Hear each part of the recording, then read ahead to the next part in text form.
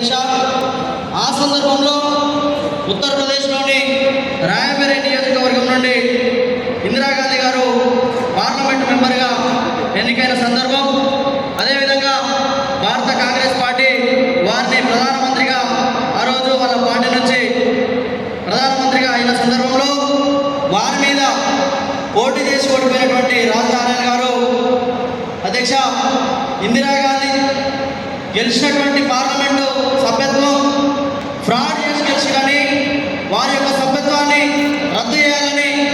వారు 14 ఎలిగేషన్స్ తోటి అలహాబాద్ హైకోర్టులో పిటిషన్ దాఖలు చేయడం జరిగింది. అధ్యక్ష